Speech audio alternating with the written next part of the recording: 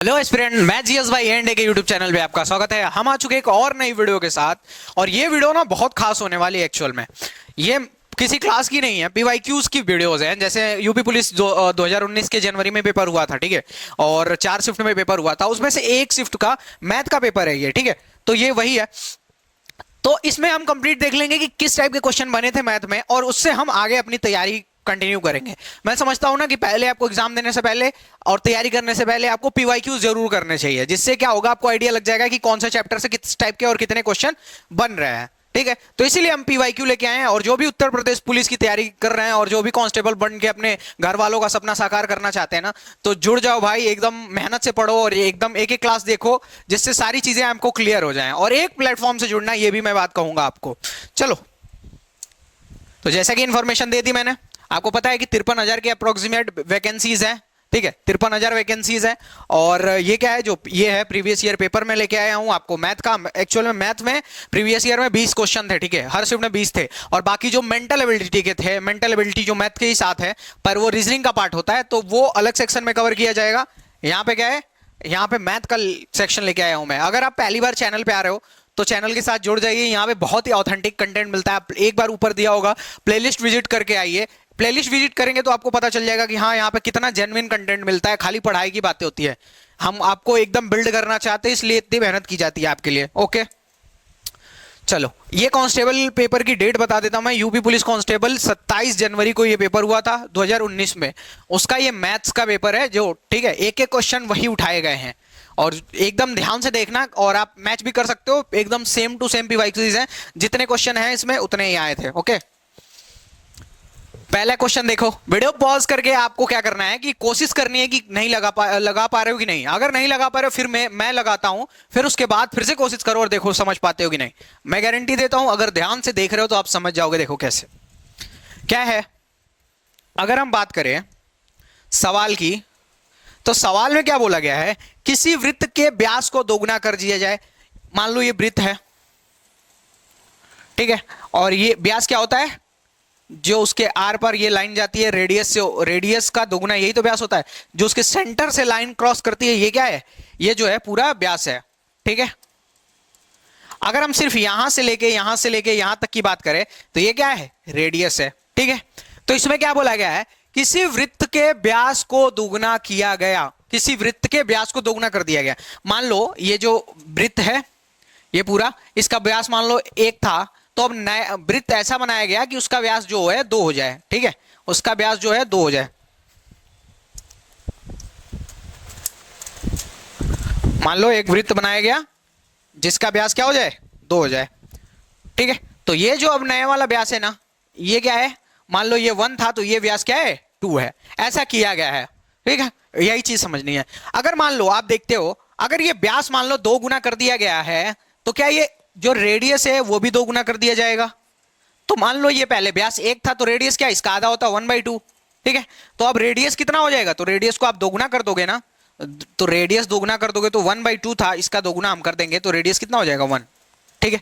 ध्यान से समझो क्या हुआ, किसी का व्यास था किसी वृत्त का, और उसको क्या कर दिया गया, दोगुना कर दिया गया। वृत्त के व्यास को दोगुना कर दिया गया है, तो ये बताओ उसकी जो त्रिज्या है वो भी दोगुना हो जाएगी ना, ठीक है। उसी पे ये पूरा सवाल बेस्ड है। अब उसका क्षेत्रफल कितना बढ़ जाएगा, यही हमको पता करनी है। तो मान लो पहले क्या था, आर था, अब दोगुना किया गया व्यास, तो त्रिज्या भी दोगुना हो जाएगी ना।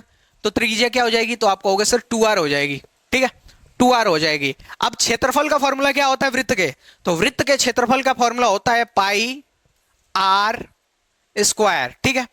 तो अगर हम ये फॉर्मूला पहले लगा दें, इस पे लगा दें, तो इसकी त्रिज्या कितनी है, आर, तो ये सीधा सीधा रह जाएगा पाई आर स्क्वायर, ठीक है, पहले का है। अब मान लो अब त्रिज्या कितनी हो गई, 2 पाई आर के प्लेस पे अब हम क्या लिखेंगे, 2r हो जाएगा ना। अब 2r हो जाएगा तो अब पाई हो जाएगा, और आर के प्लेस पे हम क्या लिखेंगे, 2r, यही तो दोगुना हो गई ना त्रिज्या, 2r स्क्वायर। तो इसकी वैल्यू तो पाई आर स्क्वायर ही रह जाएगी, और इसका क्या हो जाएगा, पाई, अब 2 का करोगे, 2 का स्क्वायर 4, और ये आर का भी स्क्वायर आ जाएगा, तो 4r स्क्वायर। तो अब देखोगे कि क्या हुआ, कि हमारे पास क्या बचा, पाई आर स्क्वायर, और ये हो गया 4 पाई आर स्क्वायर। तो यहां देखोगे कि ये पाई आर स्क्वायर है, यहां कितना हो गया नए वाले त्रिज्या से, तो कहोगे सर 4 गुना हो गया है, तो हम अपना आंसर कौन सा टिक कर देंगे? हम आंसर बी कर देंगे कि सर अगर किसी वृत्त की व्यास को 2 गुना कर दिया जाए तो उसका जो क्षेत्रफल है वो हो जाएगा 4 गुना। क्यों? क्योंकि 2 गुना करोगे तो पहले 1 था तो अब 2 हो जाएगा। तो इसमें देखो क्या है, जो मेन है ये ना, ये स्क्वायर ही वर्क प्ले कर रहा है, ठीक है। तो 1 का स्क्वायर करोगे तो 1 रह जाएगा, पर अगर 2 गुना हो गया 2, तो 2 का स्क्वायर करोगे तो वो 4 हो जाएगा, ठीक है। तो यही बात करनी है, तो यही मतलब कि कितना हो जाएगा, तो आप कहोगे सर 4 गुना बढ़ जाएगा। ओके, चलो अगले सवाल को देखते हैं। एक्स के बैंक खाते में कितने रुपए हैं? तो कहोगे सर आप 86.54 रुपीज हैं, ठीक है। 55.31 जमा करने पर, जमा कितना किया है तो याद रखना कितना जमा किया है, तो 55.13, ठीक है। और 84.33 की निकासी के बाद शेष, मतलब ये जमा करने के बाद कितना निकाल लिया है, 84.33 रुपए। तो पहले इसको जमा कर देते हैं, तो जमा किया तो प्लस कर दो, क्या हो जाएगा ये 4 1 5, 5 और 3 8, ठीक। 6 5 11 को 1, 8 5 13, 1 14, तो अभी कितने हो गए, तो 141.85 रुपए हो गए, ठीक है। अब इसने निकाला कितना है, तो आप कहोगे सर 84.33 रुपए इसने निकाल लिए, तो निकाल दो 84.33। अगर निकालोगे 5 में से 3 गया 2, 8 में से 3 गया 5, 11 में से यहां से कैरी ट्रांसफर हो, 11 में से 4 गया 7, और बच गया यहाँ पे 3, और ये 1 13, 13 में से 8 गया 5, तो कितना रुपया बचा अब उसके खाते में कितना रुपया बचा है, तो 57.52, जो कि ऑप्शन नंबर ए में है। बताओ समझ आ रहा है क्या? कितना आसान आसान क्वेश्चन पूछा गया था। देखो क्या था, खाते में कितने रुपए, 86.53 का शेष है, और उसने इतना रुपया और जमा कर दिया, तो दोनों जुड़ जाएंगे ना। मान लो अगर आपके अकाउंट में 5 लाख रुपए हैं, 5 लाख कुछ ज्यादा तो नहीं बोल दिया, चलो मान लो 10,000 रुपए हैं, ठीक है, और 10,000 में 2,000 जोड़ दिया तो 12,000 हो गए, और 12,000 में से 4,000 निकाल लिया तो अब 8,000 बचे होंगे। तो सिंपल सा है, इतना पैसा था, ये जोड़ दिया गया तो कितना हो गया 141.85, और उसके बाद 84.33 मतलब 84.33 निकाल लिया गया, तो हमारे पास कितना बचा 57.52। कितना सिंपल सा आंसर है। अगर समझ आ रहा सवाल तो लाइक दबा दो, सब्सक्राइब दबा दो, शेयर कर दो अपने छोटे भाई बहन के साथ, ठीक है। अब देखो ये भी कितना सिंपल सा सवाल है कि एक संख्या को 3003 से गुणा किया गया और उसके बाद उसे 7 11 और 13 के लघुत्तम द्वारा विभाजित किया गया और फिर स्वयं से विभाजित किया गया, तो परिणाम ज्ञात करिए, ठीक है। अब देखो कितना सिंपल है। मान लो एक संख्या है, एक संख्या मान लेते हैं x, ठीक है, कोई भी संख्या हम x मान लेते हैं। x ना तो मतलब कई बार लगता है कि x हम लोग का पीछा नहीं छोड़ रही है, जब तक नौकरी नहीं लगेगी तब तक नहीं छोड़ेगी, और नौकरी लगने के बाद वो जिंदगी में वापस आएगी, ये भी है।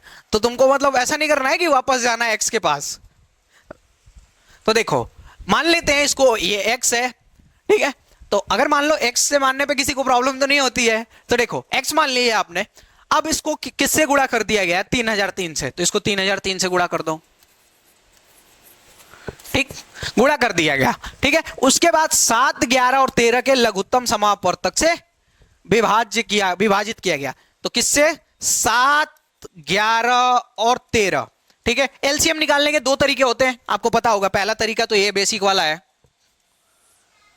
7 11 और 13, क्या करोगे इसमें, पहले 7 से लोगे तो 7 से ये जाएगा, मतलब ये खत्म हुआ, ये खत्म हुआ तो यहां बच गया 1, और ये तो 11 और 13 सेम बच गए।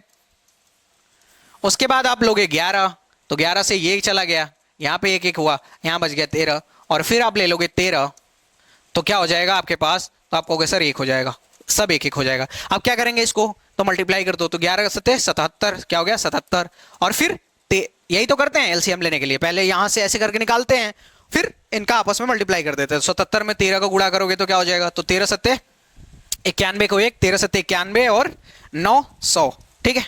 तो एलसीएम क्या आया, तो एलसीएम आया 1001। तो क्या करना था, एलसीएम से विभाजित करना था ना, तो एलसीएम से विभाजित कर दो तो 1001। एलसीएम निकालने का डायरेक्ट तरीका भी है, देखो मैं सिखा रहा हूं इसलिए कि हो सकता है कि कोई जीरो से आया हो, स्टार्ट कर रहा हो।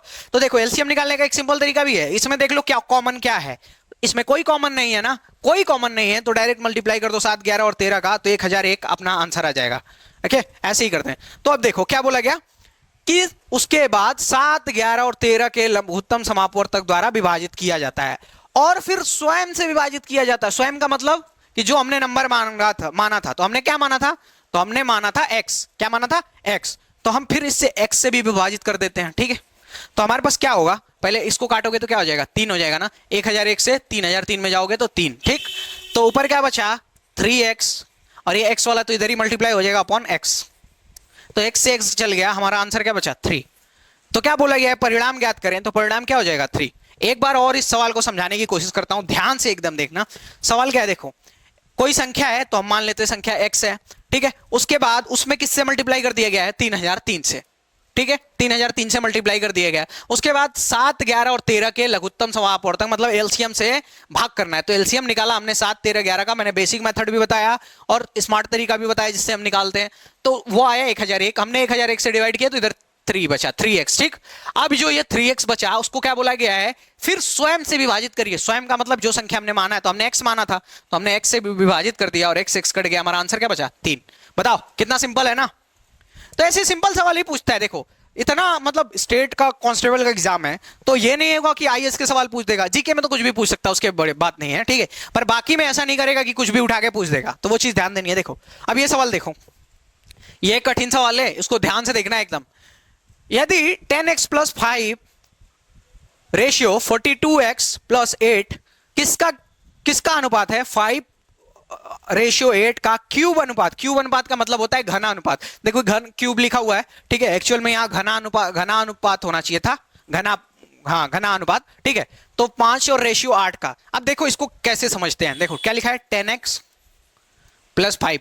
अब ये बताओ रेशियो लगा है तो क्या ये अपॉन में आ जाएगा 42x प्लस 8। अब क्या बोला गया है 5 और 8 का घना अनुपात, ठीक है। तो देखो 5 बटा के 8 का घन कर दो, घन कर दोगे ना, यही तो करोगे। घन अनुपात का मतलब क्या होगा, घन कर देंगे, ठीक है। घन अनुपात का मतलब यही होता है, ठीक है। अब इनको क्या करो, सॉल्व करने की कोशिश करो। तो ये 10x तो ऊपर ही रह जाएगा, प्लस सेम रहेगा ये ऐसे ही, ठीक, 10x plus 5 upon 42x plus 8, ठीक है, इज इक्वल टू 5 का क्यूब करोगे तो क्या होगा, 5 गुड़े 5 गुड़े 5, तो 50, 25, 25 पचे 125, ठीक। तो ऊपर क्या हो जाएगा, तो आप कहोगे सर 125, नीचे 8 का क्यूब, तो 8 का क्यूब करोगे 8 गुड़े 8 गुड़े 8, कितना हो जाएगा 512, कितना हो जाएगा 512, तो 512 इधर आ गया, ठीक है। ये इतनी चीज आ गई। अब इसके बाद आपको क्या करना है, तो आपको करना पड़ेगा क्रॉस मल्टीप्लाई। क्रॉस मल्टीप्लाई कैसे करोगे, देखो जैसे ये है 512 का 10 में करोगे तो क्या हो जाएगा, ये हो जाएगा, क्या हो जाएगा, ये 512, ये 10 जीरो इधर बस आ जाएगा और x तो अपने जगह पे है ये, प्लस अगर 5 से करोगे तो 12 पंजे 60 और 50 25, 2560, ये हो गया, प्लस इसको ट्रांसफर कर दो इधर, इसका मल्टीप्लाई अब इसमें करो। तो 125 में 42 का मल्टीप्लाई करोगे तो क्या होगा, तो हो जाएगा 125 दूनी 250 और ये नीचे हो जाएगा 500। कैसे, 4 से मल्टीप्लाई करो, 4 पंचे 20, 4 दूनी 8 2 10, 4 एकम 4 1 5। अब ये क्या हो जाएगा 5 2 और 5 कितना आया 5250। तो 125 में 42 का गुणा करोगे तो क्या हो जाएगा 5250x प्लस 125 में अगर 8 का मल्टीप्लाई करते हो तो 125 25 बटे 200 और 8 एकम 8, तो 8 2 10, 1000 हो जाएगा, ठीक। क्या किया मैंने, पहले 125 का 42x में मल्टीप्लाई किया, फिर 125 का 8 में, तो ये हमारे पास रिजल्ट बना। अब क्या हम ट्रांसफर करके माइनस कर लेंगे क्या, तो ट्रांसफर करके माइनस करो। तो देखो पहले ये देखो कहां गया, हाँ, तो ये देखो ये देखो ये 5250 है और ये 5120 है, तो ये कम है ना, तो ये उधर जाएगा ना, तो क्या होगा हमारे पास, क्या बचेगा 5250 में से 5120 गया तो बचेगा हमारे पास 130x, क्या बचेगा 130x बराबर। अब देखो ये 2560 है, ये 1000 है, ये इधर आके इसमें माइनस हो जाएगा, तो क्या होगा 2560 में से 1000 गया तो आप कहोगे सर ये 1560 बचा, 1560। अगर इसको काटोगे तो क्या आएगा, तो 13 जीरो से जीरो कट गया, ठीक, और 13 से काटोगे तो 13 एकम 13 और 13 दूनी 26, तो x की वैल्यू हमारे पास क्या आ गई, x की वैल्यू आ गई 12, क्या आ गई, x की वैल्यू आ गई हमारे पास, x की वैल्यू आ गई हमारे पास 12। अब हमसे पूछा क्या गया है, ध्यान से दो, बोर्ड पे ध्यान दो, x हमसे पूछा गया है कि x क्यूब की वैल्यू क्या होगी, x क्यूब की, तो x क्यूब की वैल्यू क्या हो जाएगी, तो 12 गुड़े 12 गुड़े 12, ठीक है। तो 12 बराबर 144, 144 गुड़े 12 कर दोगे तो 1728 आंसर होता है, ठीक है। देखो ऐसे सवाल होते हैं, ऐसे मजाक में नहीं हो जाते, टफ सवाल भी पूछते हैं। ऐसा नहीं है कि एग्जाम तुम्हारा कांस्टेबल का है तो एकदम हलवा सवाल सामने ला के रख दिया। देखो कितना अच्छा सवाल पूछा गया है और ये एग्जाम में पूछा गया है। बताओ समझ आया कि नहीं? देखो कैसे, क्या था, 10x प्लस 5 ऊपर अपॉन 42x प्लस 8 नीचे, ठीक है, इज इक्वल टू क्या बोला गया, 5 और 8 का घन अनुपात। तो घन अनुपात का मतलब क्या है कि इसका क्यूब करना पड़ेगा, ठीक है। तो हमने क्यूब किया तो 125 बटा के 512 आया, ठीक है। अब इसके बाद हमने इसका क्रॉस मल्टीप्लाई इसमें कर दिया और इसका क्रॉस मल्टीप्लाई इधर कर दिया, और जब ये किया तो हमारे पास x की वैल्यू बची काट पीट के 12 बची। अब हमसे क्या पूछा, x क्यूब, तो 12 का क्यूब कर देंगे। 12 का क्यूब का मतलब कि 12 को 3 बार मल्टीप्लाई करना है। बताओ समझ आएगी नहीं? मेरे हिसाब से समझ आ जाना चाहिए, क्योंकि बहुत ही इजी वे में चीजें समझा रहा हूं। हाँ, अगर नहीं समझ आ रहा तो 2 बार देखो। अब ये देखो, ये सवाल देखो, 40 के वर्ग के 40% का 1/4 भाग क्या होगा? 40 का वर्ग, देखो 40 का वर्ग, 40 का वर्ग का मतलब क्या होगा? 40 का यही तो वर्ग होगा ना, यही तो स्क्वायर होगा ना। तो इसका क्या मतलब होगा? 40 का वर्ग करने पर 40 गुणे 40, ठीक है। देखो अब ऐसा आएगा ना तो तुम तुरंत मल्टीप्लाई मत करना। अगर तुम मल्टीप्लाई कर दोगे तो क्या हो जाएगा, 4 चौको 1600 हो जाएगा, ठीक है। ऐसे करके भी कर सकते हो, पर मल्टीप्लाई नहीं करना, क्योंकि जो अपॉन में आएगा उससे कट जाएगा। चलो मैं यहां मल्टीप्लाई करके दिखाता हूं। तो 1600 है, ठीक है। अब 1600 के 40%, अब किसी भी नंबर का परसेंट कैसे निकालते हैं? मान लो 100 दिया गया, यहाँ पे 100 दिया गया, 100 का मान लो 10% निकालना है, तो क्या करना, 100 का बोला गया ना, तो का मतलब आपको पता है ना कि का को पहले तोड़िए, गुणा होता है, ठीक है। तो का मतलब गुणा है, तो 100 का मान लो 10%, तो ये जो परसेंट होता है ना, ये परसेंट अपॉन में आ जाती है, ठीक है, अपॉन में आ जाती है, ठीक। तो ये 0 से 0 कट जाता है, बचा 10। तो ऐसे ही 100 मान लो 40 के वर्ग का 40%, तो 1600 का 40% निकालो, तो 40% नीचे आ जाएगा, ठीक है। अब ये देखो 0 से 0 गया क्या, अब हमारे पास क्या बचा, 16 गुणे 4, तो क्या हो जाएगा 4 64, और ये 0 है तो 0, 640 आ जाएगा। अब क्या बोला गया है, इसका 1/4, इसका भी 1/4 का चौथाई भाग, चौथाई का मतलब कि 660 है ना, तो 640 है ना, तो इसका भी 1/4। तो जब इसका 1/4 करोगे तो क्या हो जाएगा, तो 16 160, ये अपना आंसर हो जाएगा। कैसे, 4 से काटोगे तो 16 है, और ये 0 को 0, ठीक। तो हमारा आंसर कौन सा हो जाएगा, 160। बताओ समझ आएगी नहीं? एकदम इजी सा सवाल है ना, एकदम प्यार से समझते चलो, प्यार से पढ़ते चलो, प्यार से नोट्स बताने चलो, एकदम इजी वे में सारी की सारी चीजें तुमको समझा देंगे, ठीक है। अब ये देखो, ये सवाल और भी इजी है, बहुत इजी है, मतलब अब लाभ और हानि पे बेस्ड है। इस सवाल को ना थोड़ा सा ट्राई करो करने की।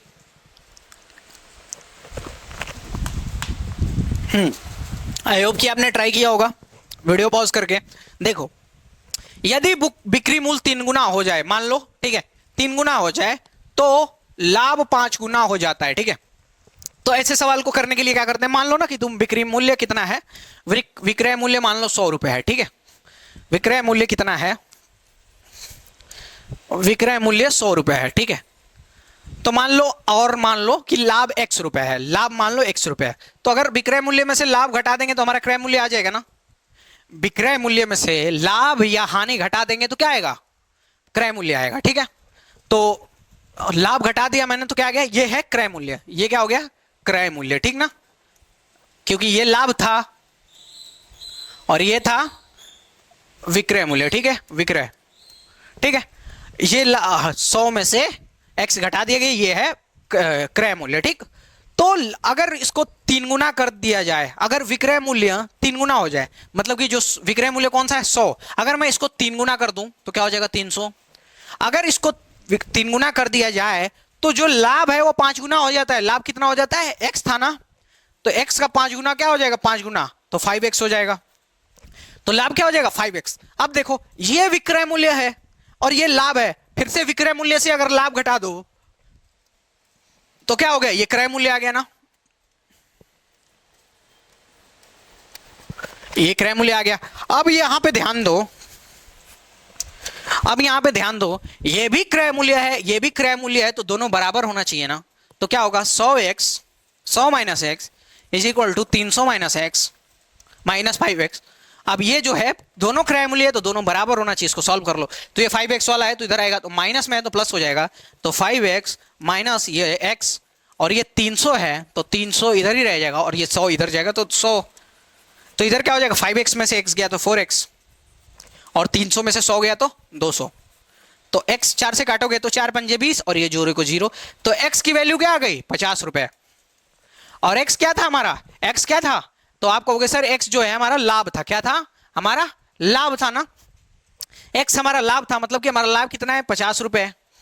हमारा विक्रय मूल्य कितना था, तो विक्रय मूल्य 100 रुपया था, विक्रय मूल्य 100 रुपया था, लाभ 50 रुपया है, तो क्रय मूल्य कितना हो गया, तो क्रय मूल्य हो गया, क्रय मूल्य हो गया 50 रुपए, ठीक है, क्रय मूल्य कितना हो गया 50 रुपए। तो अब क्या करना है कि लाभ ज्ञात करना है, ठीक है, लाभ ज्ञात करना है। ये देखो क्रय मूल्य 50 रुपए है और लाभ भी 50 रुपए हो रहा है, तो कितना परसेंट का लाभ हो रहा है, मतलब कि 100% का पूरा पूरा लाभ हो रहा है। कैसे निकालते हैं, देखो 50 रुपए का लाभ है, ठीक, क्रय मूल्य कितना है नीचे लिखते हैं उसको, मान लो 50 रुपए क्रय मूल्य है और इसको 100 से मल्टीप्लाई कर दो, तो ये 50 से 50 चला गया, तो आपके पास बचा 100 रुपए जो है आपका 100% जो है आपका लाभ है। कितना परसेंट है, 100% आपका लाभ है, जो कि ऑप्शन नंबर बी में है। एकदम धीरे धीरे प्यार से समझने की कोशिश करो। देखो फिर से एक बार ध्यान से देखो, किसी यदि बिक्री मूल्य 3 गुना हो किया जाए तो लाभ 5 गुना हो जाता है। तो हम मान लेते हैं कि विक्रय मूल्य 100 रुपए है और लाभ x है, तो 100 में से अगर मैं विक्रय मूल्य से लाभ घटा दूं तो हमको क्रय मूल्य पता चल जाएगा ना। मान लो तुमने कोई 100 रुपए की चीज खरीदी और उसको 110 रुपए में बेचा, तुम्हारा कितना लाभ हुआ 10 रुपए लाभ। तो अगर मैं विक्रय मूल्य कितना हुआ तुम्हारा 110, अगर उस 110 में से 10 रुपए लाभ घटा दूं तो क्रय मूल्य आ जाएगा कि कितने रुपए में तुमने खरीदा था। वही हमने यहां पर किया, ठीक है, वही हमने किया। फिर उसने बोला कि विक्रय मूल्य को 3 गुना कर दो, तो विक्रय मूल्य कितना था 100 का हमने 3 गुना कर दिया, तो कितना हो गया, तो आपको हो गया सर 300 हो गया। अब बोला है कि लाभ 5 गुना हो रहा है, तो विक्रय मूल्य में से 5 गुना लाभ मतलब 5x को घटा देगा, तो ये भी क्रय मूल्य है, ये भी क्रय मूल्य है, तो दोनों बराबर होने चाहिए ना। जब दोनों बराबर कर दिए तो इधर उधर ट्रांसफर करके x की वैल्यू निकाल ली, x की वैल्यू आई 50, मतलब कि लाभ कितना है 50, तो 100 रुपए विक्रय मूल्य है, लाभ 50 रुपए, तो क्रय मूल्य कितना हुआ, तो 100 रुपए विक्रय मूल्य है, 50 रुपए लाभ है, तो मतलब कि 85 रुपए में खरीदा होगा और 50 रुपए एक्स्ट्रा करके 100 रुपए में बेचा होगा। तो 50 रुपए क्रय मूल्य है, 50 रुपए का लाभ है, तो लाभ कितना है 100% का उसको प्रॉफिट हो रहा है ना, ठीक है, समझ पाए होगे आई होप की। आगे सवाल पे बढ़ते हैं। ये सवाल देखो, एक्स 42,000 में एक स्कूटर खरीदता है, कितने में खरीदता है 42,000 में, ठीक है, वह मरम्मत पर कितना खर्च करता है, तो मरम्मत पर खर्च कर रहा है 6,000 रुपए, ठीक है। अब उसके बाद स्कूटर को 54,000 में बेचता है, 54,000 में बेचता है। देखो तो पहले उसका खर्च देख लो कितना हो गया, 42,000 में खरीदा और 6,000 ऊपर से खर्चा किया, तो 42 6 कितना हो गया 48,000। अब उसको कितने में बेचा है, तो स्कूटर को 54,000 में बेचा है, कितने में 54,000 रुपए में बेचा है, मतलब कितना रुपए एक्स्ट्रा में बेचा है, तो तुम कहोगे सर 48 में बनाया था और 6,000 रुपए एक्स्ट्रा रख के 54 में बेच दिए, तभी तो 54 में बेचा है ना। तो उसका प्रॉफिट कितना हो गया, ये 6,000 रुपए प्रॉफिट हो गया ना। लाभ कितना हो गया 6,000, लाभ हमारा 6,000 है, तो 6,000 रुपए हमारा क्या है लाभ है। उसके बाद देखो क्रय मूल्य कितना था, तो क्रय मूल्य हमारे पास 48,000 है ना, तो लाभ बटा के क्रय मूल्य गुणे 100, ये 100% निकालने के लिए 100 से मल्टीप्लाई करना पड़ता है, 0 से 0 गया, ठीक है, ये 0 से ये 0 गया। अगर हम 48 से काटते हैं इसको, तो हम काटेंगे तो क्या हो जाएगा, तो 10 से काटो 6 से काटो, तो 6 से गया तो ये 100 हो जाएगा और नीचे ये 8 हो जाएगा, ठीक है। अब 8 से काटोगे 100 को, तो 100 बटा के 8 करोगे, तो 8 है कम 8, 8 दूनी 16.5, तो कितना परसेंट का लाभ हुआ, तो 12.5% का। 100 बटा के 8 कर दिया हमने, 12.5% का लाभ हो गया। बताइए सिंपल है कि नहीं, बहुत ही सिंपल है। अब ये सवाल देखिए, 110 लागत वाली एक वस्तु 104.5 रुपए में बेची जाती है, मतलब बेची गई, कितनी छूट की पेशकश की गई थी। अब देखो कितने रुपए उसका लागत है 110 रुपए, कितने रुपए लागत है, ध्यान से देखो एकदम 110 रुपए लागत है, ठीक है, कितने में बेचा 104.5 रुपए में, कितने में, तो 104.5 रुपए में बेचा। तो आप कहोगे सर कितना छूट दिया होगा उसको, कितने रुपए सस्ता किया। अगर मान लो तुम मार्केट में गए और तुमसे किसी ने 100 रुपया बोला और तुम 90 में लेके आ गए, तो कितना छूट दिया होगा, 10 रुपया छूट दिया होगा। तो इसको 110 रुपए की लागत पड़ी और 104.5 रुपए में लेके आ गया, तो इसको कितना छूट मिला, तो घटा लो, तो घटाओगे तो हमारे पास आएगा कितना 5.5 रुपए। 110 में से 104.5 घटा लोगे तो इधर कुछ नहीं है, तो 0 लेके आओगे, इधर से लेके आओगे तो इधर 10, 10 से इधर लेके आओगे 10, 10 से 5 गया 5, यहाँ पे इधर ट्रांसफर हुआ तो 9, 9 में से 4 गया 5, ठीक, और ये 0 हो जाएगा, 0 से 0 गया 1 से 1, तो कितना हमारे पास छूट मिला, तो 5.5 रुपए। अब इसी को हमको परसेंटेज में ज्ञात करना है कि ये छूट हमको कितने परसेंट पड़ी, ठीक है। तो परसेंट में ज्ञात करने के लिए क्या करोगे, तो देखो परसेंट में कैसे ज्ञात करोगे, तो परसेंट में ज्ञात करने के लिए जो लाभ है उसको ऊपर, जिसको मतलब जितनी छूट मिली है उसको ऊपर रखते हैं, अपॉन कितने पर छूट मिली, 110 रुपए पर छूट मिली ना, तो ये नीचे 110 रख दो, और परसेंट निकालना है तो परसेंट के लिए 100 से मल्टीप्लाई करना पड़ेगा, ये गया, ठीक है। 55 में 10 से गुणा कर दोगे तो क्या हो जाएगा, 5.5 में 10 से गुणा कर दोगे तो क्या हो जाएगा, तो आप कहोगे सर ये हो जाएगा 55, कितना हो जाएगा 55, जीरो होगा इधर तो ये जीरो जाएगा, तो यहाँ पे पॉइंट लग गया, तो हमारे पास कितना बचा 55, तो ये हमारे पास कितना बच गया, तो आप कहोगे सर ऊपर बचा 55 और नीचे बच गया है 11, ये 11 से हम बच गया। अब इसको काट दोगे तो कितना आ जाएगा 5, जो कि अपना आंसर है कितना 5%, ठीक है। समझ पाए होगे आई होप। देखो एकदम इजी सा सवाल है, ध्यान से देखो, 110 रुपए इसकी लागत है और 104 रुपए में बेच दिया, तो कितना छूट दिया होगा, 5.5 रुपए छूट दिया होगा। इसी को हमको कैसे निकालना है, परसेंटेज में निकालना है। परसेंटेज में निकालने के लिए हम ऊपर उसको लिखेंगे और नीचे कितने पर छूट दी गई, 110 रुपए पर, तो 110 नीचे और कैलकुलेट करके हम निकालेंगे तो आएगा आंसर 5%, ठीक है। देखो 4 महीने हमें एग्जाम होगा, 3-4 महीने में, ठीक है। एकदम तब तक जम के मेहनत कर दो, एकदम आराम से क्लियर करोगे, 3-4 महीने में आराम से कांस्टेबल का एग्जाम क्लियर किया जा सकता है पढ़ के। मेरी स्ट्रेटजी वाली ना वीडियो देख लेना, उसमें सारी चीजें तुमको प्रोवाइड की गई हैं। अब देखो अगर तुम 3-4 महीने एकदम मतलब लग के झुक के पढ़ दिए ना, तो मतलब फिर तुम्हारी जॉब कोई रोकेगा नहीं। और ये भी है कि तुमको जो सम्मान तुम डिजर्व करते हो वो जॉब के साथ ही तुम्हारी सम्मान आ जाएगी। मैंने बहुत बारी देखा है लोग ना जैसे मैंने हमेशा फील किया है कि एक बेरोजगार की ना कोई इज्जत नहीं होती, कोई इज्जत नहीं होती, कहीं नहीं होती, ना घर में होती है ना बाहर। फिर आते हैं प्राइवेट और नौकरी वाले, जिनको एटलीस्ट चलो घर में होता है कि हाँ कुछ तो कमा रहा है, समाज में कोई इज्जत नहीं होती। और फिर आते हैं हम गवर्नमेंट जॉब वाले, ठीक है, हम गवर्नमेंट जॉब वाले, इनकी समाज में भी इज्जत है और घर पे तो होती ही है। तो इसलिए कहता हूं मेहनत करके आप नौकरी ले लो। अब देखो चक्रवृद्धि ब्याज पर निवेश किया गया धन 2 वर्षों में 1600 और 3 वर्षों में 1680 हो जा रहा है। अब इसको देख के ना बहुत लोग डर जाएंगे, ठीक है, कि ये 2 साल का चक्रवृद्धि निकालना पड़ेगा, 3 साल नहीं भाई, ऐसा कुछ नहीं करना। देखो एकदम सिंपल बता रहा हूं, 1600 रुपए है 2 वर्ष में, और 3 वर्ष में कितना हो गया 1680, 3 वर्ष में इतना हो गया। अगर ये साधारण ब्याज होता तो हमको निकालना पड़ता इसका एक साल का, तब हमको ध्यान से हम निकाल पाते सारी चीजें, ब्याज दर एंड ऑल।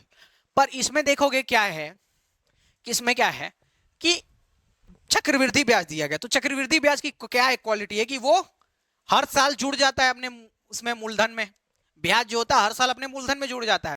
तो 2 साल हो गए हैं, तो देखो ये चक्रवृद्धि ब्याज इसमें जुड़ गया होगा। अब नया मूलधन क्या है, तो नया मूलधन ये है 1600 रुपए, और उसके अगले साल ये कितना बढ़ गया, तो आप कहोगे सर 80 रुपए बढ़ गया। कितना बढ़ा है 80 रुपए, तो वो 80 रुपए किस पे बढ़ा होगा, मूलधन पे ही। तो दूसरे साल जब ब्याज इसमें जुड़ गया तो मूलधन 1600 हो गया, और प्रॉफिट कितना उसका, वो कितना है ब्याज 80 रुपए। तो देखो परसेंट कैसे निकालेंगे, 80 को ऊपर लिखो, बटा के 1600 को नीचे लिखो, गुणे 100, ठीक है, 0 से 0 काट दो, ठीक है।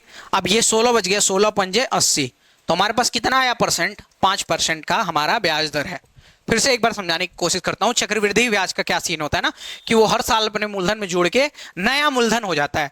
तो 2 साल में जो चक्रवृद्धि ब्याज आया होगा फिर से इसमें जुड़ के ये नया मूलधन हो गया। अब इस पैसे के लिए जो 80 रुपए बढ़ा है, मूलधन यही है ना, तो 80 बटा के मूलधन 1600 पे कितना रुपया ब्याज मिला 80 रुपए, तो 80 बटा के 1600 गुणे 100 और काट पीट के हमने आंसर निकाला, कितना आ गया 5%। एकदम प्यार से समझते जाओ और नौकरी लेके निकलो। अब देखो चक्रवृद्धि ब्याज निश्चित है 25,000 की राशि पर 1 वर्ष में, अर्धवार्षिक 4 प्रति वर्ष 4% का हर साल उसको देना पड़ रहा है, ठीक है। 4 साल का हर साल 4% हर साल देना पड़ रहा है, कि दर से बढ़ती है तो कितनी हो जाएगी। तो देखो कितना निवेश है, तो आप कहोगे सर 25,000 निवेश है। अब ये इसमें एक चीज ध्यान देने वाली बात है कि जो ब्याज है ना, जैसे मैंने बोला कि जो चक्रवृद्धि ब्याज होती है वो अभी जिस पिछले क्वेश्चन में, कि जो चक्रवृद्धि ब्याज होती है वो हर साल क्या होता है अपने मूलधन में जुड़ जाती है।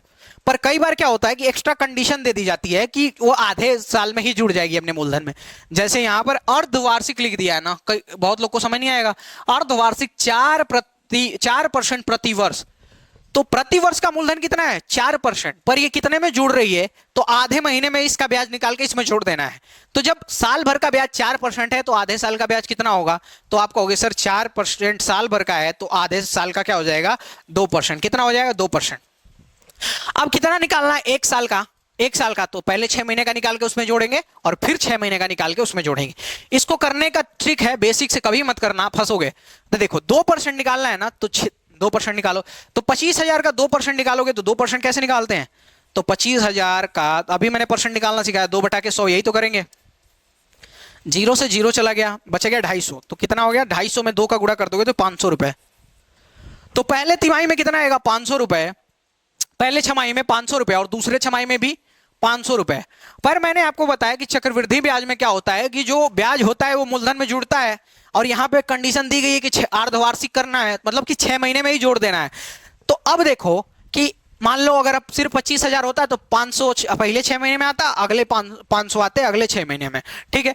पर क्या है कि यहां जो ब्याज आया है उस पर भी ब्याज लगेगा, तभी तो हम चक्रवृद्धि ब्याज कहेंगे।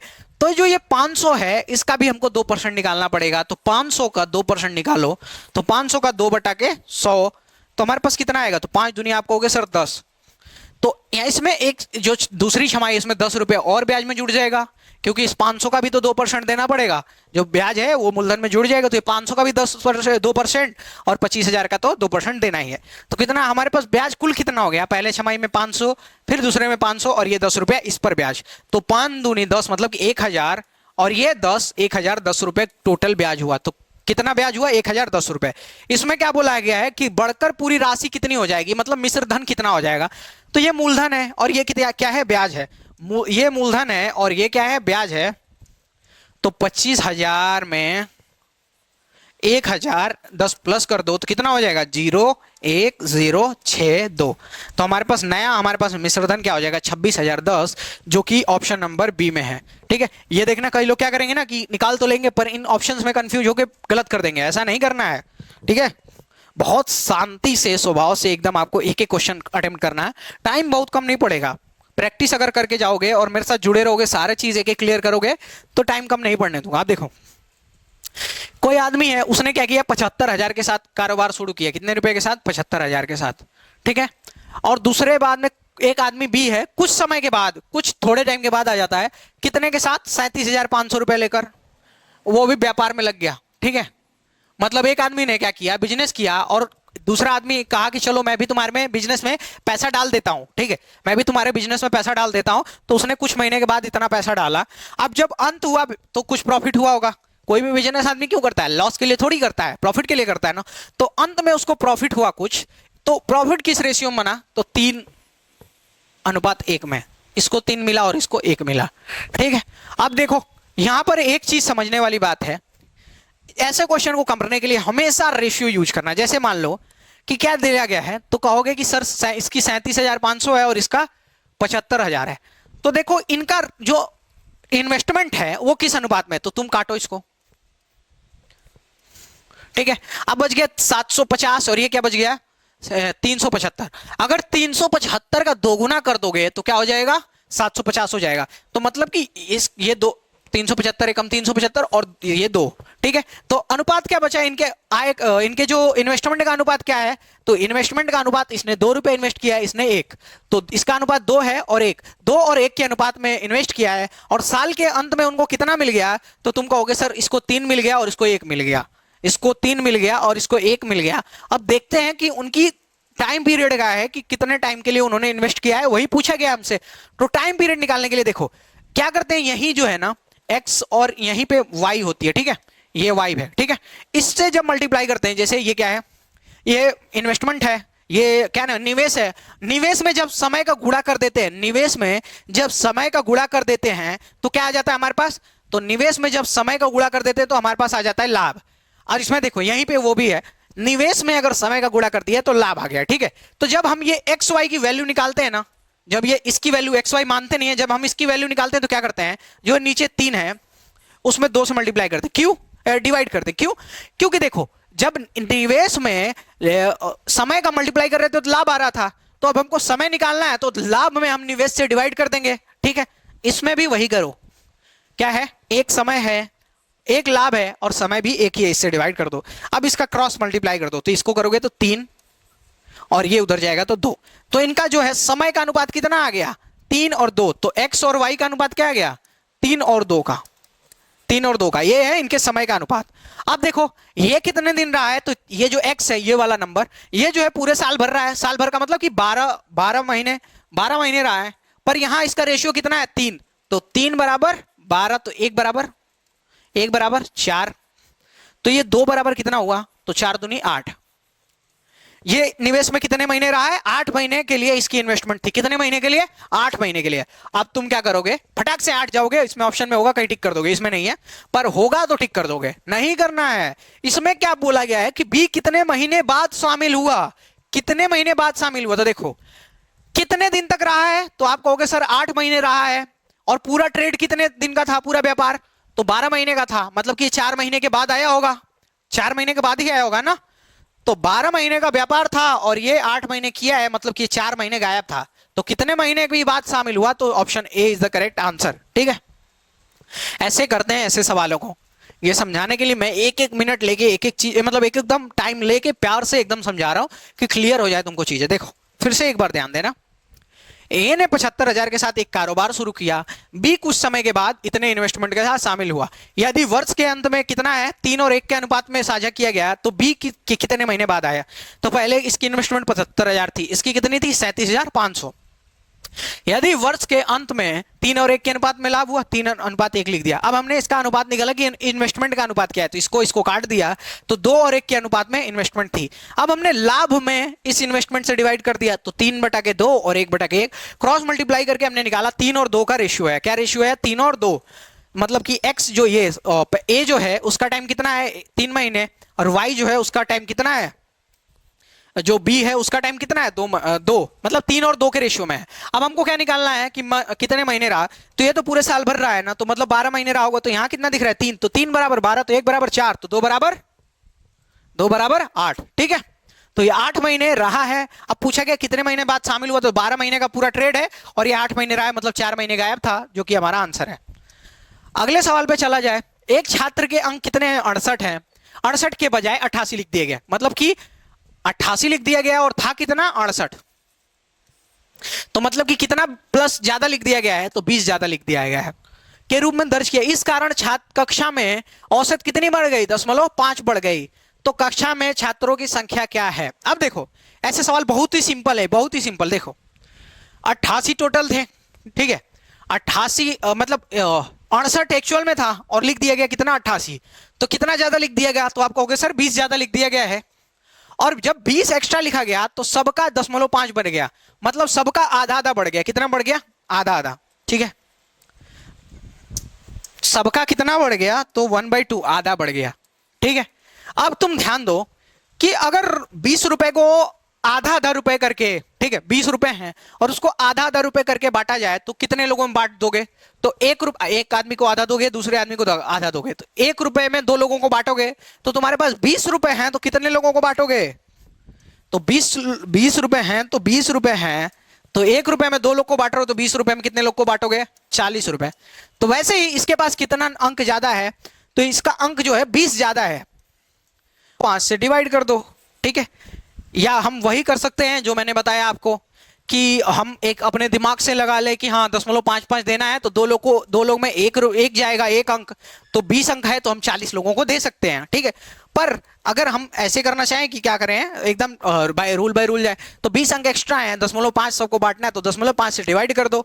जब इसको डिवाइड कर दोगे तो ऊपर 0 लगा लो, 10 से मल्टीप्लाई कर दो, ऊपर ये पॉइंट हट जाएगा। ठीक है, अब 5 से मल्टीप्लाई कर दो, 5 से डिवाइड कर दो, तो 5 चौको 20 और ये 0, तो कितने स्टूडेंट होंगे, तो कितने छात्र होंगे, तो आप कहोगे सर 40 छात्र होंगे। ठीक है, एकदम क्लियर सा सिंपल सा सवाल था। मतलब अगर देखो मुझे समझाने में इतना टाइम लगा ना, तुमको करने में मात्र 30 या 40 सेकंड लगेगा। क्या 20 तुम समझो, देखोगे डायरेक्ट 20 एक्स्ट्रा है, 20 में 0.5 से डिवाइड कर दो, अपना आंसर आ जाएगा। अब देखो यहाँ ए बी से 2 गुना कुशल है, मतलब ए है और बी है।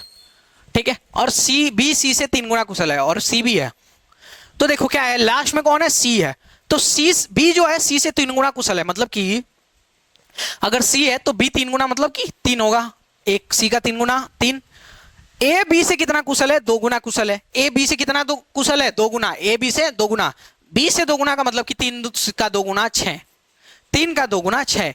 यदि अकेले सी कोई काम 30 दिन में करता है, ये एक, इसकी कुशलता कितनी है? एक कुशलता पे कितने दिन में कर रहा है? 30 दिन में। तो अब बोला गया है कि तो वो एक साथ मिलकर उस काम को कितने दिन में पूरा कर सकते हैं? तो एक कुशलता इसको कितने दिन में ले रही है? 30 दिन में। तो ये पूरी पूरी कैपेसिटी कितनी कितनी क्षमता है? 6 3 9 9 1 10, कितनी क्षमता है? 10। तो अगर एक, मान लो मेरी कैपेसिटी है कि हाँ मैं एक काम 30 दिन में कर सकता हूं, अब मेरे जैसे 10 लोग आ गए तो 3 दिन में कर देंगे। 30 30 बटा के 10, तो ये 30 है। और यहां टोटल कुशलता कितनी है? 10। तो 10 से डिवाइड कर दो तो हमारे पास आ जाएगा 3 दिन में, जो कि अपना आंसर ए है। कितना सिंपल सा है। एक बार फिर से, ए बी सी थे, बी की कुशलता सी की 3 गुनी थी, तो सी को 1 मान लिया हमने, और बी का 3 गुना बी को सी का 3 गुना कर दिया, बी 3 आ गया। अब बोला गया ए बी से 2 गुना है, तो बी का 2 गुना मतलब कि 3 दूनी 6। अब सी जो है मतलब एक कैपेसिटी है उसकी, तो कितने दिन में कर रहा है? 30 दिन में। अब ये 10 कैपेसिटी आ गई, 10 कुशलता क्षमता, तो 10 बराबर क्या हो जाएगा? तो 30 बटा के 10, 10 से कितना हो जाएगा? हमारा आंसर 3 आ जाएगा। ठीक है। अब देखो, एक जहाज है 250 किलोमीटर प्रति घंटा की स्पीड से 4 घंटे में एक निश्चित दूरी तय करता है। ठीक है। एक जो हवाई जहाज है वो कितने 250 किलोमीटर प्रति घंटा से 4 घंटे में एक निश्चित दूरी को तय करता है। अगर मान लो 250 किलोमीटर की स्पीड से चल रहा है तो हर घंटे 250 जाएगा, और कितना चल रहा है? 4 घंटे। तो 250 4 बार चलाओगे तो 250 गुणे 4 करोगे, कितना हो जाएगा? 250 गुणे 4 की मतलब डिस्टेंस पता चल जाएगा कितना है? 1000 किलोमीटर। 1000 किलोमीटर है। ठीक है। अब हमको पता चल गया डिस्टेंस कितना है, तो डिस्टेंस है 1000 किलोमीटर। ठीक है। अब बोला गया है कि एक घंटे 40 मिनट में उसी दूरी को कवर करना है। कितने टाइम में? 1 घंटे 40 मिनट में। अब ये मिनट में दिया गया है ना, इसको भी घंटे में बदल लो। तो क्या है? 40 मिनट दिया गया ना, 40 मिनट को घंटे में बदलने के लिए 60 से डिवाइड कर देते हैं ना, तो 60 से डिवाइड करोगे तो कितना घंटा हो जाएगा? 2 बटा के 3 घंटा। और ये एक तो है ही है, तो क्या होगा? 1 सही 2 बटा के 3 घंटा। कितने में पहुंचना है? 1 सही 2 बटा के 3 घंटे में तय करने में उसको कितना टाइम लगेगा, यही पता करना है। तो इसको पहले निकाल लो। तो 3 एकम 3 और 2 5 बटा के 3 घंटा। टोटल कितना हुआ? 5 बटा के 3 घंटे में तय करनी है। तो गति क्या होनी चाहिए? तो 1000 किलोमीटर है, ये दूरी है। क्या नाम है? चाल का फॉर्मूला क्या होता है? स्पीड का फॉर्मूला क्या होता है? Distance upon time. हमको टाइम दे रखा है कि 5 बटा के 3 घंटा में तुमको तय करना है, और डिस्टेंस हमारा 1000 है। तो क्या होगा? 1000 ये डिस्टेंस बटा के टाइम। टाइम कितना है? 5 बटा के 3 घंटा। 5 से काटोगे तो क्या हो जाएगा? 200 हो जाएगा। और ये 3 नीचे है तो ऊपर जाकर मल्टीप्लाई हो जाएगा। तो 200 गुणे 3 बराबर 600। तो स्पीड क्या होनी चाहिए? तो 600, दैट इज डी। हमारा ऑप्शन क्या हो गया? डी जो है करेक्ट आंसर है। अगले सवाल पे चला जाए। मन से एकदम पढ़ते रहो, एकदम देखना। जानते हो क्या मैंने नोटिस किया है कि थोड़ा सा ना, जैसे स्टार्टिंग होता है चैप्टर तो बहुत मेहनत लगती है, बहुत मेहनत समझने में, पूरा एकदम क्लियर करने में, या पीवाईक्यूज है तो क्लियर करने में बहुत टाइम। पर जब तुम एक बार पूरा गेन कर लेते हो दिमाग में ना, तो फिर जब एग्जाम में जाके बैठना होता है तो मजा आता है भाई, कि पूरा हमको आता है। ठीक है। अब मेरे को है ना कि ऐसा, मैं किसी एग्जाम में बैठूंगा तो आराम से क्लियर करूंगा। तो मेरे मन में है कि हाँ मैंने मेहनत की है, और मैं चाहता भी हूँ कि हाँ बच्चे भी वैसे मेहनत करके पूरा सिलेक्शन ले अपना, जो डिजर्व कर रहे हैं। ओके। एक बस किसी स्थान पर ना रुके तो वो 1 घंटे में कितना जा रही है? 1 घंटे में कितना जा रही है? 45 किलोमीटर। पर अगर वो रुके तो 1 घंटे में कितना जाएगी? तो 36 किलोमीटर जा रही है। तो 1 घंटे में बस कितना मिनट रुक रही है? इसका सिंपल है, बहुत सिंपल है। देखो क्या है, 45 था, अगर नहीं रुकती तो 45 जाती, और रुक रही है तो 36 जा रही है। 1 घंटे में कितने मिनट में? 1 घंटे मतलब कि 60 मिनट में। 1 घंटे में 60 मिनट होते हैं ना, तो अगर नहीं रुकती तो 45 जा रही है, और रुक रही है तो 36। अब यहीं से देख लो इनका अनुपात कितना है। अगर नहीं रुकती तो अगर इसको काटो तो 9 चौको 36 और 9 बचे 45। ठीक है। अगर पूरा चली होगी 60 मिनट तो कितना डिस्टेंस चली? 5। तो हम मान लेते हैं कि 5 बराबर 60, यही तो होगा। 5 चली है, हम मान लिए 5 चली है, तो 5 चली तो कितने मिनट चली होगी? लगातार 60। तो 5 चलने के लिए कितना मिनट लगा? 60। तो 5 बराबर 60, तो 1 बराबर, तो आपका हो गया सर 12। अब ये देखो, यहीं से ये आंसर आ गया। देखो कैसे, 5 4 ये अनुपात है, इनके बीच में डिफरेंस कितना है? तो आपको होगा सर 1 का डिफरेंस। कितना डिफरेंस है? 1 का डिफरेंस है। मतलब कि 45 अगर नहीं रुकती तो 45 चलती, और रुकती तो 36 चली है। इनका रेशियो कितना है? 5 और 4 का। मतलब कि 5 लगातार चल रही है तो 5 चली है, और रुक रुक के चल रही है तो 4। मतलब कितना रुकी है? तो 1 रुकी है ना। लगातार चल रही थी तो 5 चली है, और रुक रुक के चल रही है तो 1 चली है, मतलब कितना रुकी थी? तो आप कहोगे सर 1 रुकी थी। कितना रुकी थी? 1 रुकी थी ना। इसी 1 की वैल्यू ज्ञात करनी थी। 5 बराबर 60 तो 1 बराबर 12, मतलब कितने मिनट रुकी है? तो 12 मिनट रुकी है। अगले सवाल पे चलते। ये सवाल देखिए, किसी आयत की लंबाई तथा चौड़ाई का अनुपात 5 और 6 है। तो लंबाई और चौड़ाई का अनुपात क्या है? क्लियर लिख लेते हैं। 5 और 6 क्या है? 5 और 6 का अनुपात है। ठीक है, अब बोला गया है तथा इसका क्षेत्रफल कितना है? तो 6750, क्षेत्रफल इधर लिख देते हैं 6750, 6750 है क्षेत्रफल आपको दिया गया है। ठीक है, और रेशियो आपको दिया गया लंबाई और चौड़ाई का। इससे क्या हम लंबाई और चौड़ाई निकाल लेंगे? देखो कैसे। मान लेते हैं ये 5x है और ये 6x है, तो क्षेत्रफल का फॉर्मूला क्या होता है? आयत का क्षेत्रफल का फॉर्मूला, आयत के क्षेत्रफल का फॉर्मूला होता है लंबाई और गुणे चौड़ाई। तो लंबाई और गुणाई, लंबाई कितनी है? 5x, और चौड़ाई कितनी है? 6x।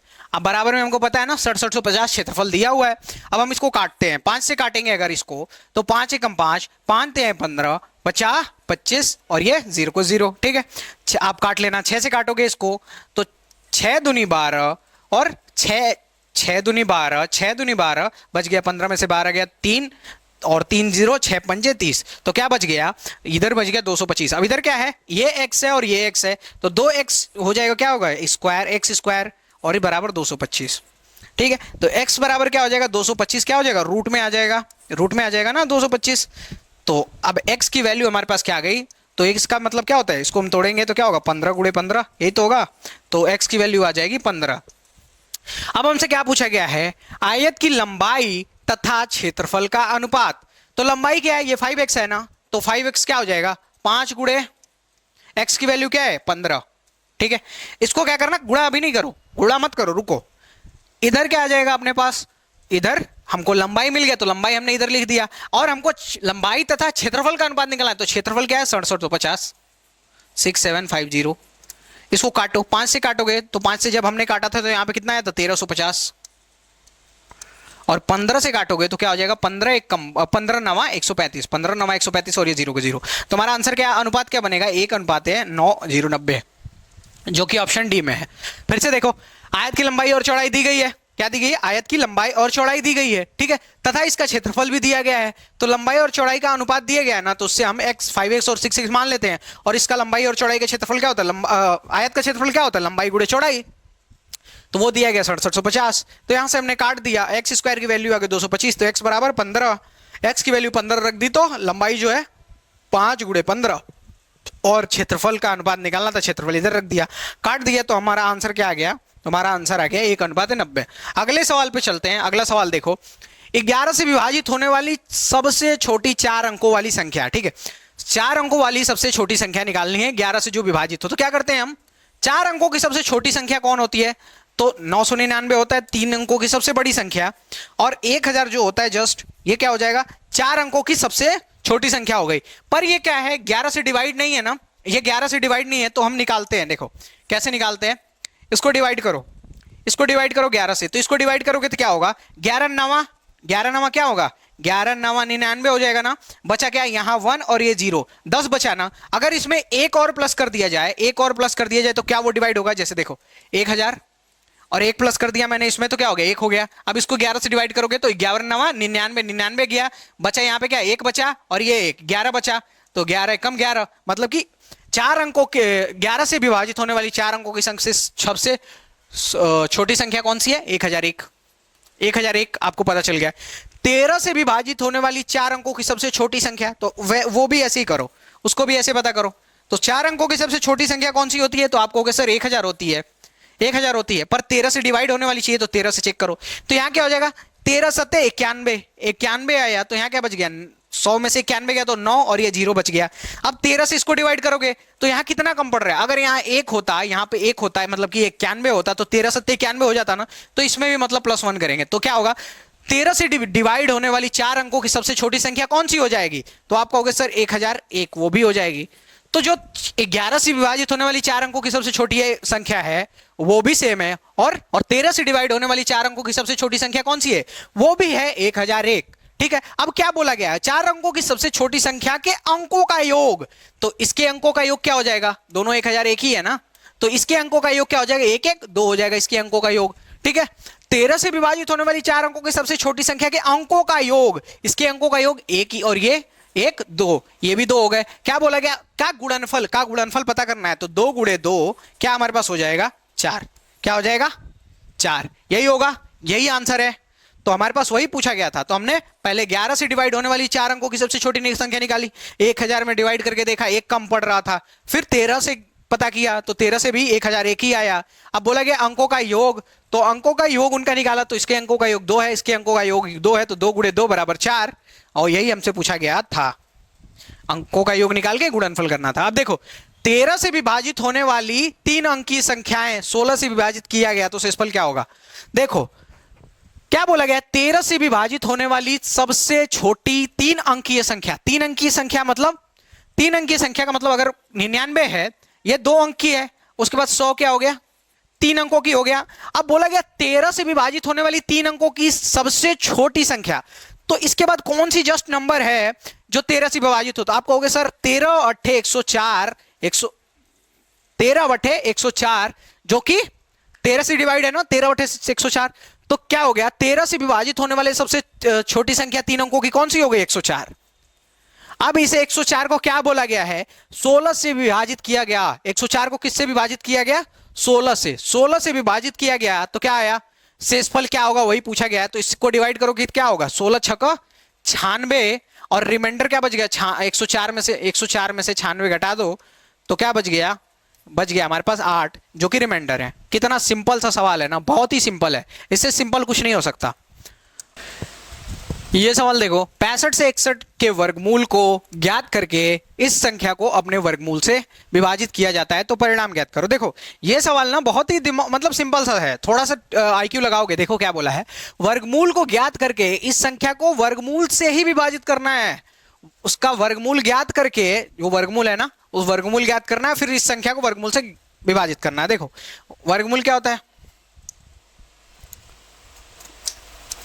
ठीक है, वर्गमूल क्या होता है, तो मान लो 6 5 6 1 है, रूट होता है, यही तो होता है। ठीक है, अगर हम इसकी बात की जाए कि ये निकालते कैसे हैं, तो 2 मेथड है ना, एक तो ये मेथड आपने देखा होगा कि 6 5 6 1 करके, और आप ऐसे करके लाइन से निकालो और वर्गमूल निकालो, उसमें कॉमन पेयर निकाल दो। दूसरा तरीका क्या है, जो सबसे सिंपल है और यही तरीका यूज होना चाहिए, ये सबको आता है क्योंकि बचपन से सिखा दिया जाता है, पर ये वाला तरीका एग्जाम ओरिएंटेड है, क्योंकि एग्जाम पास करना है ना, तो एग्जाम के हिसाब से चलना पड़ेगा।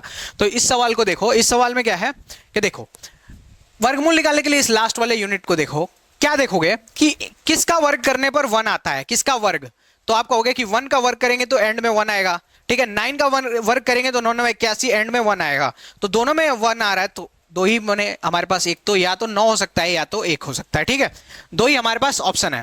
अब देखो ये लास्ट वाला डिजिट का हो गया, अब ये तुम स्टार्टिंग के 2 डिजिट देखो, स्टार्टिंग के 2 डिजिट। ठीक है, स्टार्टिंग के जब 2 डिजिट देखोगे तो तुम सोचो ये किसके स्क्वायर के बीच में है, तो देखोगे क्या है 65, तो 65 किसके स्क्वायर के बीच में है, 8 के स्क्वायर और 9 के स्क्वायर, 8 अठैया 64 और 8 9 9 81, इनके बीच में है ना, इनके जस्ट बीच में है, तो तुम देखोगे क्या है, तो या तो यहाँ पे 8 हो सकता है, ठीक है, ज्यादा कभी नहीं हो सकता, हमेशा 8 ही होगा। ठीक है, ज्यादा कभी नहीं होगा, तो ये ज्यादा वाला खत्म, ये तो होगा नहीं क्योंकि जस्ट इसी के बीच में है ना, तो 8 के जस्ट बाद है। ठीक है, 8 और 9 के बीच में है, तो इसमें से छोटा वाला ले लेते हैं। अब एक चीज ध्यान देना है इसमें, 8 और हमारे पास क्या बचा, 8 तो आ गया हमको, या तो 1 हो सकता है या तो 9 हो सकता है, या तो 1 हो सकता है या तो 9 हो सकता है। अब इस चीज में आपको एक चीज ध्यान देनी है कि दिमाग लगाओ कि अगर ये 8 है, ठीक है, और अगर यहां 8 और 0 हो तो 8 8 64 6400 होगा, और ये जो नंबर है जस्ट इसी के पास तो है, अगर हम इसको 90 कर दें, ठीक है, 8 और 9 क्या होगा 89, जो कि 90 के पास है, तो ये क्या हो जाएगा 9 9 8100। ठीक है, 8100 हो जाएगा ना, इसका मतलब क्या है, जो कम वाला होगा उसी के पास होगा, तो इसकी प्लेस पे क्या हो जाएगा 1, यही तो होगा। समझ पाए क्या, इतनी सी बात है, सिंपल सी है। ठीक है, चीजें देखो कैसे आपने क्या किया, 1 को या तो 1 हो सकता है इसका वर्गमूल, या तो 9, और यहाँ पे 8 अठैया 64 है, और 64 के बाद वाला ही 64 के बाद वाला ही होना चाहिए, मतलब 8 के बाद वाला, तो क्या है यहाँ 65 है ही, 8 अठैया 64 से ज्यादा है। ठीक, अब इसके साथ हम क्या लिख सकते हैं, तो आप मान लो 8 और 1 है तो 81 है, तो आप अप्रोक्सीमेट 80 लेके देखो, तो 8 अठैया 64 6400 हो रहा है, और ये 1 इसके साथ है, अगर 9 वाला लेंगे तो बहुत ज्यादा हो जाएगा। ठीक है, ठीक है, 9 9 8100 के आसपास, 8100 थोड़ा सा कम होगा, इसीलिए हम क्या करते हैं 1 लेंगे। तो हमारे पास इसका वर्गमूल क्या बना, इसका वर्गमूल बन गया 81। अब क्या बोला है, इसको इसी के वर्गमूल से भाग देना है, इसके इसी के वर्गमूल से भाग देना है। तो यहां तुम दिमाग अगर लगाते तो इसका वर्गमूल कैसे निकलता है, जब 81 81 टू टाइम होगा। ठीक है, वही तो हमने बोला 8 का गुणा 2 बार 8 8 के 64, वैसे ही तो निकल रहा है, ये 1 है तो 81 इंटू 81 करेंगे तभी तो ये आएगा नंबर। तो बोल रहा है इसी संख्या को इसके वर्गमूल से ही भाग दो, इसके वर्गमूल से ही भाग दोगे तो इसका वर्गमूल ही तो आएगा, क्योंकि इस संख्या का मतलब क्या है, ये जो संख्या है 81 इंटू 81 ही तो है, ये संख्या क्या है 81 का वर्गमूल है, वर्ग है, मतलब कि 81 इंटू 81, अब अपॉन 81 ही है तो 81 से डिवाइड कर दो तो हमारा आंसर क्या हो जाएगा 81। कितना सिंपल सा था, हमको बेवकूफ बनाने की कोशिश की गई इसमें। ठीक है, ये सवाल में हमको क्लियर बेवकूफ बनाने की कोशिश की है पर हम बने नहीं। देखो सिंपल है, फिर से एक बार देख लो, ये संख्या है, इसका वर्गमूल निकालने का वो बेसिक मेथड है, और ये हम ट्रिक मेथड देखते हैं कि 1 है तो 1 किसका स्क्वायर हो सकता है, और 1 का स्क्वायर हो सकता है, और 9 9 81 उसके भी लास्ट में 1 आता है, तो या तो 1 हो सकता है या तो 9 हो सकता है। अब ये देखो 65 है तो 8 8 या 6400 होता है ना, 64 होगा ना, 8 8 या 64, तो ये 80 81 है तो 6400 के अप्रोक्सीमेट जाएगा। तो हमने छोटा वाला लिया 8 और 1, हमारे पास क्या आया वर्गमूल क्या है 81। अब बोला कि इस संख्या को इसी के वर्गमूल से विभाजित करो, भाई वर्गमूल से विभाजित करोगे तो ये संख्या क्या है, इसी का तो वर्ग है, मतलब 81 इंटू 81 2 बार यही तो है, ये 81 इंटू 81। अब इसी को 81 से डिवाइड किया तो 81 बच गया, यही हमारा आंसर है। ठीक है, ठीक है, तो ये वीडियो यहीं तक था। मैथ के एक शिफ्ट में इतना क्वेश्चन पूछा गया था, अगले बार हम और दूसरी शिफ्ट लेके आएंगे और ऐसे चारों शिफ्ट का करवाएंगे जिससे आपको अंदाजा लग जाए कि क्या पूछा जा रहा है। ठीक है, ये वीडियो आप पूरी देख सकते हो जिसमें पूरे स्ट्रेटजी बताई गई, एक एक चीज बताया गया कि कैसे आप एग्जाम की तैयारी करोगे, क्या एग्जाम पैटर्न है, किस सब्जेक्ट के कितने सवाल पूछे जाते हैं, कैसे पूरी तैयारी करनी है, रणनीति कौन से सब्जेक्ट कितना घंटा पढ़ना है, तो इस वीडियो को विजिट कर सकते हो। अगर बात की जाए, ठीक है, तो इतनी सी चीजें हैं। अगर बात की जाए कि आपको अगर फ्री ऑफ कॉस्ट तैयारी करना है तो क्या कर सकते हो, मैथ जीएस बाय एंड के चैनल को सब्सक्राइब कर सकते हो, सब्सक्राइब कर लो, आपका बेनिफिट रहेगा। क्यों, क्योंकि हम यहाँ पे एकदम जेन्युइन चीजें और फ्री ऑफ कॉस्ट चीजें प्रोवाइड कराने वाले हैं इस चैनल पे। तो मैथ जीएस बाय एंड को सब्सक्राइब कर लो और टेलीग्राम पे ज्वाइन कर लो। जैसे मैं इसी का पीडीएफ, इसी क्लास का पीडीएफ टेलीग्राम पे अपलोड करने वाला हूँ, तो टेलीग्राम पे ज्वाइन कर लो। और अगर आप अभी तक देख रहे हो ना, तो thank you so much for watching.